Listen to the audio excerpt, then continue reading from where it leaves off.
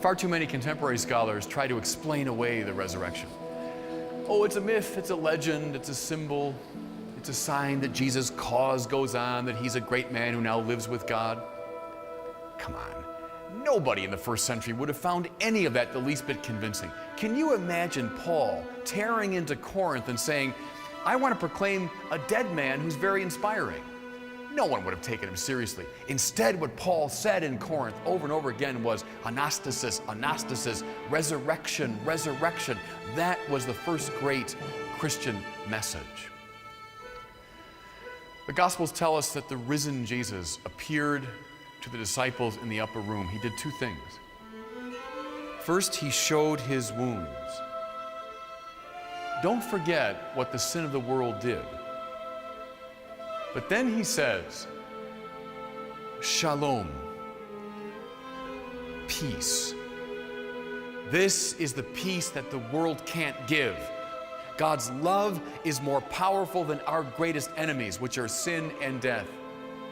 This is precisely why Paul, once he had seen the risen Christ, could say, I am certain that neither death nor life, neither angels nor principalities, neither height nor depth, nor any other power can ever separate us from the love of God. How does Paul know that? Because we killed God, and God returned in forgiving love.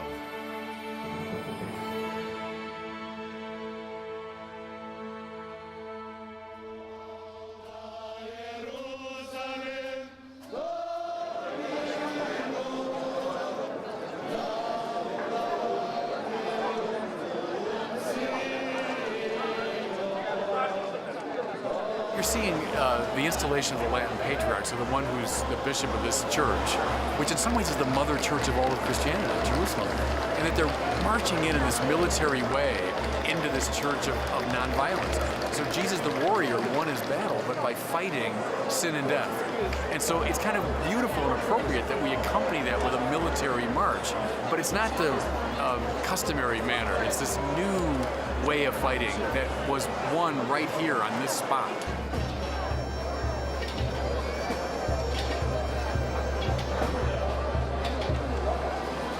Yeah, I just love that image of Jesus the warrior because he's a weird warrior. He's a very unusual warrior, not in the expected way, but he's come to fight. He's come to fight the power of evil and the power of violence, the power of hatred. And the great revelation is that he fights with the weapon of the cross. And he's, there's this mano a mano with Pontius Pilate going on. And we saw that from the very beginning. It's Jesus and the Roman emperor kind of going mano a mano. And at the end, Pilate thinks he's won. But in fact, it's Pilate who's been overwhelmed by the power of the cross. And that's proclaimed all over the world whenever the cross is held up.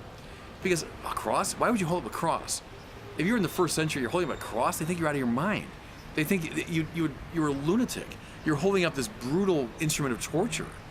But that's just the irony. It's an in your face. And it's a taunt. It's a taunt. Like, you think that scares us? You think we're afraid of that?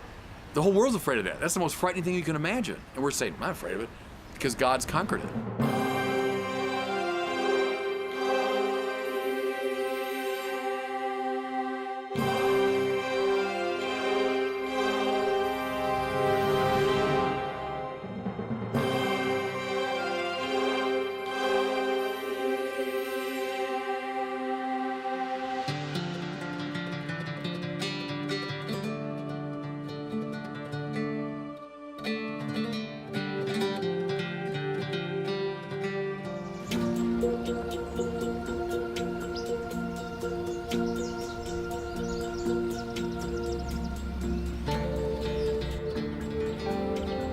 In the light of the resurrection, the first Christians understood that there was a new king of the nations.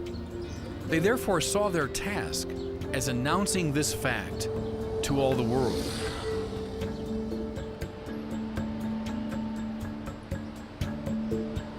If someone today had a message that he wanted to get out as widely as possible, he would head for New York or Los Angeles or London. The first believers in Jesus went, with a similar hope, to Rome.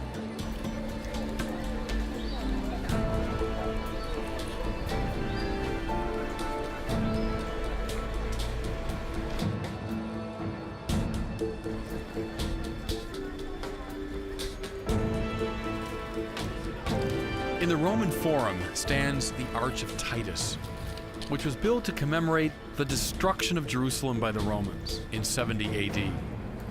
You can see on the inside of the arch a depiction of Roman soldiers carrying the menorah from the temple. Those soldiers and those who made the arch probably thought that's the end of the Jewish religion. That's the end of the God of Israel.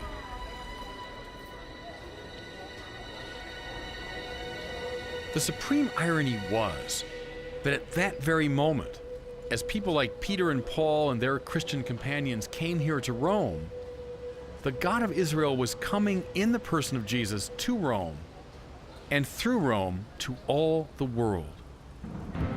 St. Paul, once he had seen the risen Christ, understood this immediately. And that's why in all of his letters we find this phrase, Jesus Kyrios, Jesus is the Lord. Now to us that sounds like a rather bland spiritual statement, but in Jesus' time, those were fighting words. Because a watchword of the era was, Kaiser Kyrios, Caesar is the Lord. Caesar's the one to whom final allegiance is due. The message Paul had to the world was, no, not Caesar. Jesus Kyrios, Jesus is the Lord. On the slopes of the Capitoline Hill, St. Mark lived. And Mark wrote around the year 70 the first gospel. It was written a few years after Mark's friends, Peter and Paul, had been brutally put to death. And Mark wrote this in the opening line of his gospel. The good news about Jesus Christ, the Son of God. Again, it sounds spiritual enough to us, but those two were fighting words. Euangelion, that's the Greek he used, glad tidings, was a word used to describe an imperial victory. When Caesar won a great battle, he sent messengers ahead with the word euangelion. There's good news about this victory. See what Mark is saying and how subversive it was. The real good news hasn't a thing to do with Caesar. It has to do with someone that Caesar put to death and that God raised from the dead. It has to do with Jesus Christ. And then, just to rub it in, he calls him Huios Tuteu, the Son of God. That was an imperial title. Caesar was the Son of God. Mark is saying not Caesar, but rather Christ. And imagine now, he's in the belly of the beast. He's in the heart of the empire that killed his friends. And he says these subversive, revolutionary things. In the April of 2005, Pope Benedict XVI was elected. He came out here on the front loggia of St. Peter's, and then gathering around him came all the cardinals who had just elected him. The cameras caught the remarkably pensive expression of Francis Cardinal George of Chicago.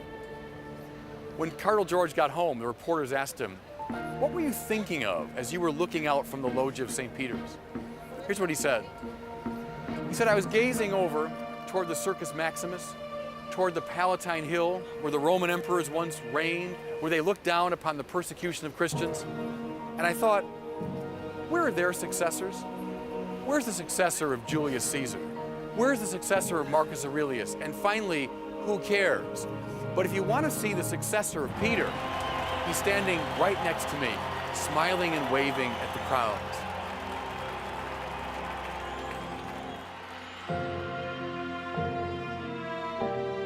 Jesus Christ is Lord. That means Caesar isn't Lord. That means none of Caesar's descendants are Lord. Jesus Christ, risen from the dead, is the one to whom we owe final allegiance. And so Jesus fulfilled the 4 tasks of the Messiah. He gathered the tribes. He cleansed the temple. He dealt with the enemies of Israel. And now he is reigning as Lord of the nations.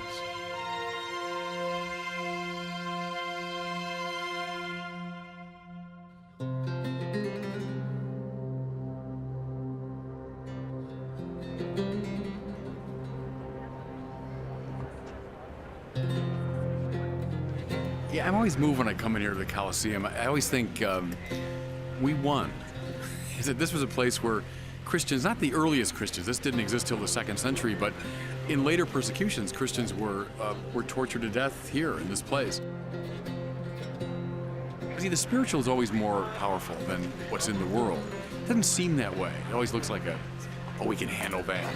Like Pius the 12th, said something critical of Stalin, and Stalin said, Pius the 12th, how many divisions does he have? Well, of course, the great irony is the successor of Pius the 12th defeated the successor of Stalin, and without a single division, but with the power of the Spirit. And that's what this place, to me, sort of speaks. Every Good Friday, the Pope comes in here carrying the cross. Because the cross was the symbol of Roman power. It meant if you cross us, pun intended, that's where we'll put you. That's how, secular power tends to maintain itself through threats of violence. But then we use the symbol of the cross to taunt Rome and all of Rome's successors, because from that cross came forth the victory of God, which is a victory of nonviolence and compassion and love and forgiveness. And that's more powerful than anything in the world, because that's the power by which the world was created. God made the world not in violence, but in love. And so love is always more enduring and powerful than hatred, even though it seems otherwise. That's the great lesson of the church.